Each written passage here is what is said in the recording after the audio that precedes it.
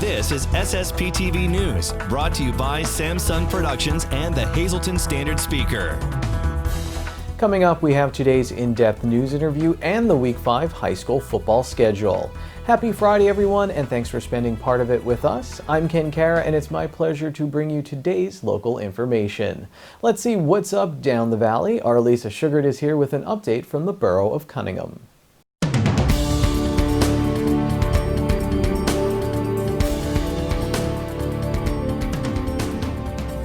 The Borough of Cunningham has a brand new mayor. Allison Urechko, who had served as mayor, resigned recently.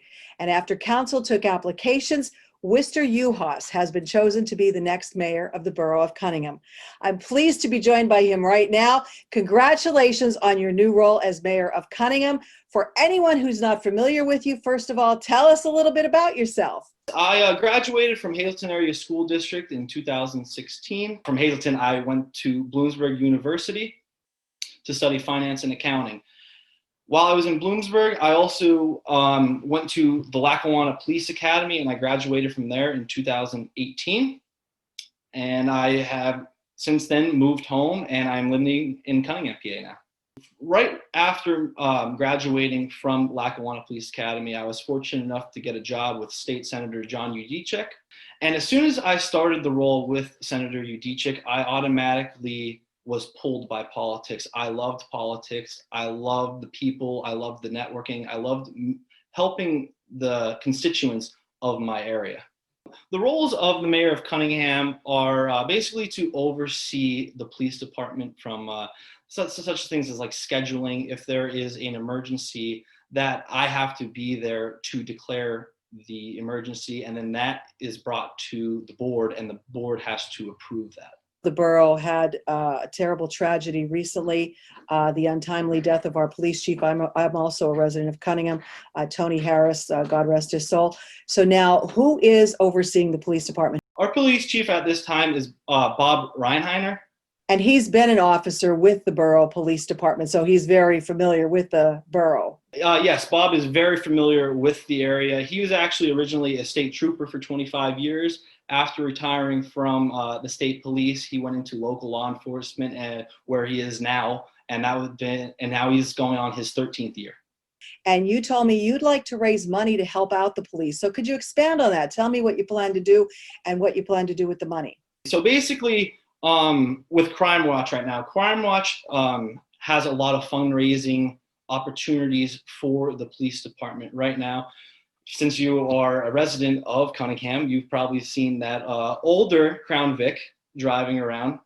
That has seen 3 police chiefs now. So basically, my first thing that I want to do is get them a new police car, because I believe that the police need the proper and updated equipment to properly do their job, especially in this day and age.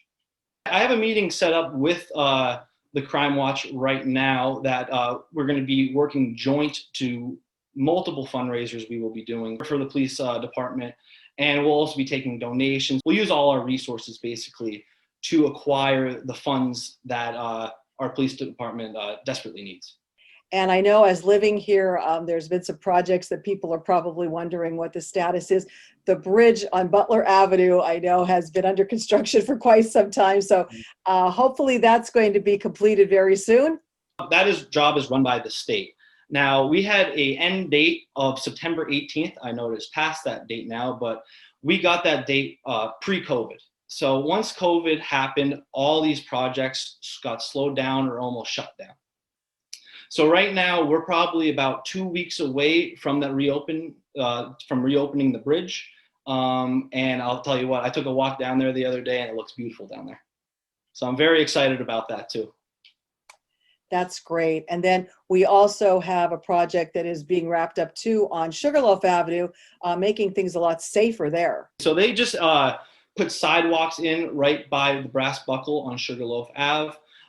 That project is set to be done also within the 2-week time. The only thing that we're waiting for right now is the utilities to be turned over to the borough. So basically, yeah, so 2 weeks for that bridge. And actually, we applied for another grant that hopefully will be extending that project up Main Street on the east side, which they will be adding new sidewalks, new lights, new trees on that block. Today's news feature is brought to you by Workforce Resources Inc. of Hazleton, in business since 2013, located in West Hazleton. If you're looking for a job, call them at 570-454-8810 and find out how you can apply for specific jobs, including skilled positions and warehousing. Full-time and part-time opportunities are available. Time now for weather on SSPTV News. Here's our forecast from the National Weather Service. Tonight, mostly clear with a low of 49 degrees. Saturday is mostly sunny with a high of 73. Saturday night, mostly cloudy with a low of 55. Sunday, a 20% chance of showers after 3 p.m., mostly cloudy with a high of 67. Sunday night, a 60% chance of showers mainly after 3 a.m., mostly cloudy with a low of 52. Monday, showers are likely mainly before 9 a.m., mostly cloudy with a high of 57. 60% chance of precipitation. Monday night, 50% chance of showers, mostly cloudy with a low of 55. Tuesday, a 50% chance of showers, mostly cloudy with a high of 64. And Tuesday night, a 40% chance of showers before 9 p.m., mostly cloudy with a low of 50 degrees. We have some interesting matchups in high school football this week. The Hazleton area Cougars are going for 3 straight wins when they host rival Berwick on Saturday at 7 p.m. at Harmon-Geist Memorial Fields. All of our other games are Friday at 7 p.m. Tamaqua and Blue Mountain play in a Schuylkill League Division 1 game. Monoy area is 2-1 in Schuylkill League Division 2 play. Tri-Valley is 1-0 and they face off in Week 5. Shenandoah Valley hosts Schuylkill Haven, and finally 5-0 North Schuylkill is at home against Marion Catholic. For results from these games, make sure you pick up the Standard Speaker and also watch our high school football Coal Scale rankings on our SSPTV YouTube channel and Facebook page next week. This week's in-depth sports feature shines a spotlight on the Hazleton Area High School golf program, so stay tuned for that. And after this break, the CEO of Samsung Productions joins me to talk about some exciting programming news. Also next, we launch our breast cancer awareness segments with the Lehigh Valley Health Network. We'll have a new segment every week during Breast Cancer Awareness Month. Good evening, everyone. Here's today's Talk of the Town. Designs Unlimited on Center Street in Freeland has prize-winning costume rentals for adults and kids. Hurry in and reserve your Halloween costume today. SSPTV News would like to send sincere condolences to the family and friends of the following: Melanie Ann Murphy Palillo, 60 of Sugarloaf Township. Friends and family may call Monday from 10 a.m. to 11 a.m. at the Harmon Funeral Home in Drums. Condolences can be made at harmonfuneral.com. Geraldine C. Milor, 85 of Hazleton. Friends and family may call Sunday from 3 p.m. to 5 p.m. at the Joseph A. Moran Funeral Home in Hazleton. Mass will be private. Condolences can be made at moranfuneralhome.com. Dorothy Barnes, Mass is on October 17th at 10 a.m. at St. Gabriel's Church in Hazleton. Masks and social distancing are required. The Joseph B. Conahan Funeral Home in Hazleton is assisting the family. And William Billy Lusher of Hazleton. Mass is October 17th at 10 a.m. at St. Gabriel's Church in Hazleton.